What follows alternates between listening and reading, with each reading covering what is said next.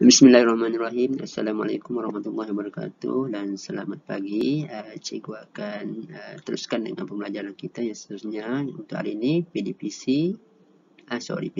PDPR yang keempat. Okey, baik, kita akan tengok subtopik yang berikutnya 1.2 penyiasatan saintifik.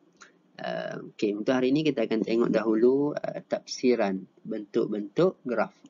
Biasanya graf ini kita akan dapat sebaik saja kita menjalankan eksperimen. Bila kita plot, kita akan tafsir graf itu sama ada apakah hubungannya, apakah berkaitan antara pemboleh ubah yang kita nak kaji dan sebagainya lah. Okey, baik, kita tengok bentuk graf yang pertama. Okey, untuk graf yang pertama ini betul-betul melalui kosong. Garis ni lurus lurus. Okey, dan betul-betul melalui kosong. Dia panggil asalan. Titik kosong-kosong. Asalan ataupun kosong-kosong. Okey. Ini yang paling famous. Baca cikgu buat sini popular SPM. Biasanya untuk kertas 3, graf yang paling famous inilah garis lurus saja. Ini. Okey, baik. Jadi okey, dan kecerunannya adalah positif. Okey, ini sudah dibagi tahu. Kenapa positif? Nampak nilainya kan? Positif sebab dia meningkat. Kalau grafnya menurun begini, kecerunan negatif lah. Okey, baik. Jadi untuk kita baca graf ini, sebabkan dia melalui kosong, okey, dan lurus, kita panggil dia adalah, graf ini, dia punya hubungan adalah Y berkadar terus. Y berkadar terus dengan X. Maksudnya bila X meningkat, Y juga meningkat. Betul kan? Bila X meningkat, ni contoh di sini, ini pun makin meningkat. Okay, kalau makin meningkat lagi X, Y juga makin meningkat. Okay, jadi kita panggil hubungannya adalah Y berkadar terus dengan X. Okay. Untuk tahu nilai kecerunan graf, kamu sudah belajar ni dalam matematik kecerunan. Ingat balik rumusnya ni. Iaitu Y2 tolak Y1, X2 tolak X1.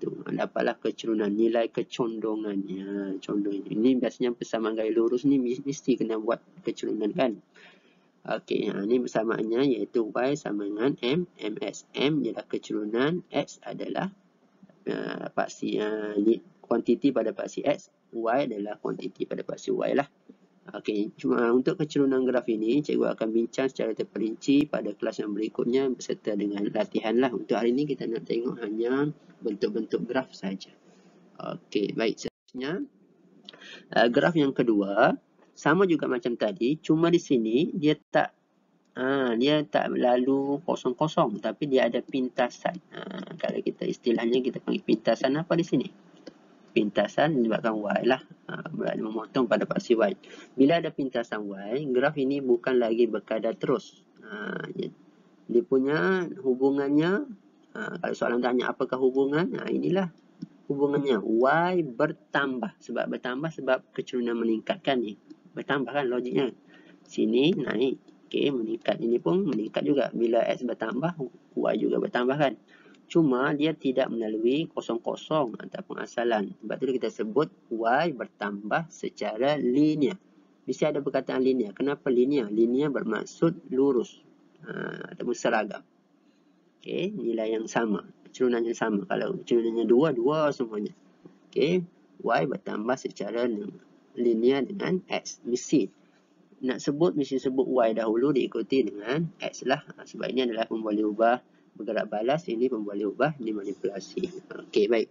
Untuk kecerunan graf pun sama, boleh dikira. Biasanya untuk kelas 3 nanti cikgu akan ajarlah, kita akan buat segitiga dan sebagainya.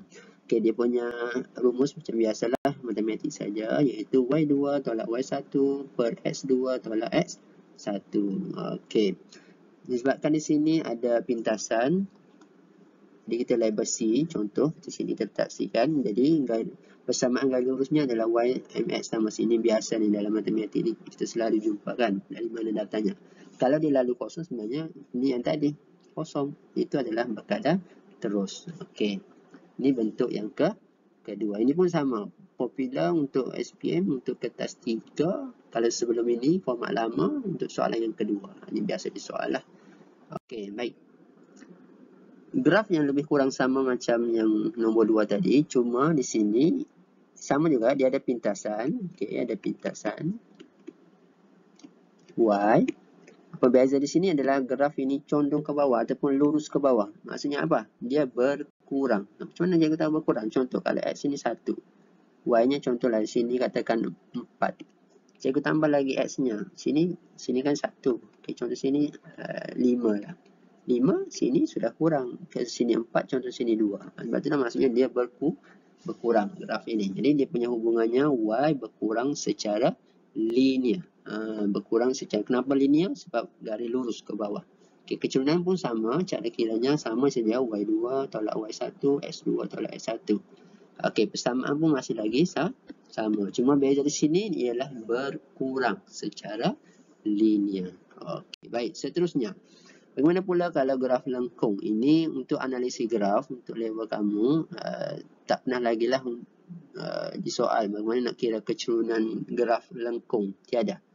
Untuk setakat ini semua adalah linear ataupun garis lurus lah. Okey, cuma kita nak tengok mungkin soalan objektif lah di soal ni begini kan. Untuk yang begini, kita tengok garis melengkung melalui asalan dan mempunyai kecurunan positif. Maksudnya dia lalu kosong juga. Cuma dia lengkung. Dia bukan garis lurus. Bila begini, hubungannya adalah Y bertambah dengan X saja. Bukan berkadar terus. Kalau berkadar terus, begini tadi kan. Ini berkadar terus. Kalau lengkung, ini adalah bertambah saja. Y bertambah dengan X. Itu saja. Okey. Baik. Untuk yang ini pun sama. Ini, kalau yang ini, yang pertama ini, kecurunannya berkurang. Tak tetap. Maksudnya, dia makin, nampak, mula-mula condong. Cikgu contoh aja buat sini. Makin rendah, makin rendah. Maksudnya, makin kecurunan makin berkurang lah. Tapi walaupun kecurunan makin berkurang, graf ini masih lagi, Y masih lagi bertambah dengan X. Cuma kecurunan itu tidak seragam ataupun sama.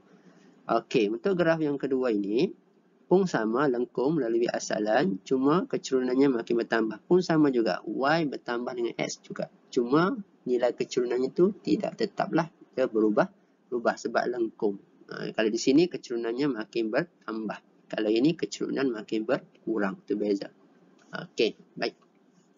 Untuk graf yang bentuk yang kelima pun sama, melengkung. Dari sini ya, dari sini menyentuh pintasan Y turun ke bawah. Okey. Kecurunan makin bertambah. Ini kecurunan makin bertambah. Okey, dia punya hubungannya kita tengok. Bila X meningkat, Y makin berkurang. Jadi Y berkurang dengan X. Maksudnya Y berkurang dengan X. Maksudnya bila X bertambah, Y pun akan berkurang. Okey. Okey, untuk ini melengkung juga, dia turun, asal condong, lama-lama tak condong. Maksudnya kecurunannya makin berkurang. Pun sama. Bila X bertambah, Y makin berkurang. Jadi Y berkurang dengan X. Ini tafsiran saja. Okey, hubungannya. Okey, dan graf yang terakhir.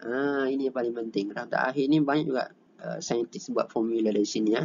Okey, untuk beza yang graf yang ke-6 ni dari graf yang ke-4 dan ke-5, nampak kan ni? Kedua-dua hujung tidak bersentuh.